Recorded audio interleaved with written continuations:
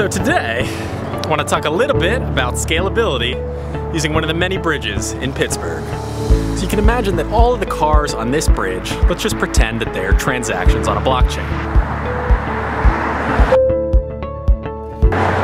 Now, like this car that's going by, imagine that's an Ethereum transaction, right? There comes another one and another.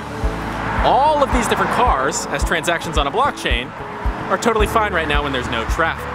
But if suddenly a lot of cars, a lot of different people want their transactions to confirm on this blockchain, a lot of people want to drive across this bridge, it gets a little bit more congested. Now, this isn't a huge deal when we're talking about cars, but when we're talking about transactions on a blockchain, this suddenly becomes much, much more important. And part of the reason why is, you can imagine if you're a car on this bridge and you have to wait, it's not a big deal.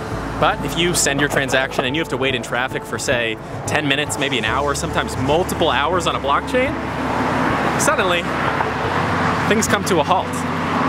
So if this bridge is kind of like a blockchain and there are a lot of cars that want to go across it, how do we solve the problem of congestion? How do we enable more cars to go across this bridge? Well, let's zoom out a little bit and I'll explain.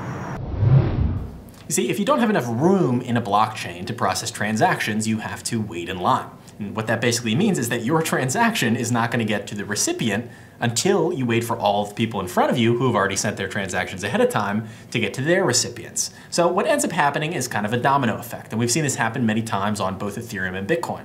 Ethereum processes about 15 transactions per second and Bitcoin about 3.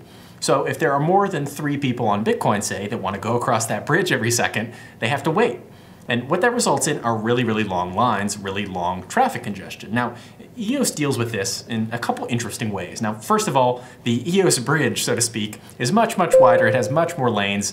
It can process about up to 10,000 transactions per second. So already just comparing bridge to bridge, EOS to Ethereum, the EOS bridge, if we can call it that, is much, much more capable of handling transactions than any other blockchain.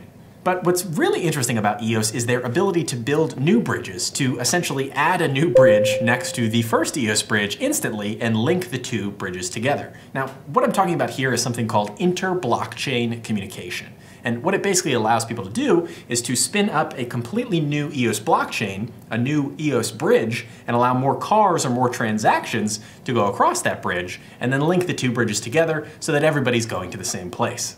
So to sum it up, the two ways that EOS is really dealing with this scalability problem and allowing their blockchain to scale to as many transactions or actions per second as the network requires is with this bridge analogy. So number one, the EOS bridge is much bigger than any other bridge on any other blockchain. And number two, the ability to literally add new bridges next to the existing one and link them all together effectively makes EOS infinitely scalable.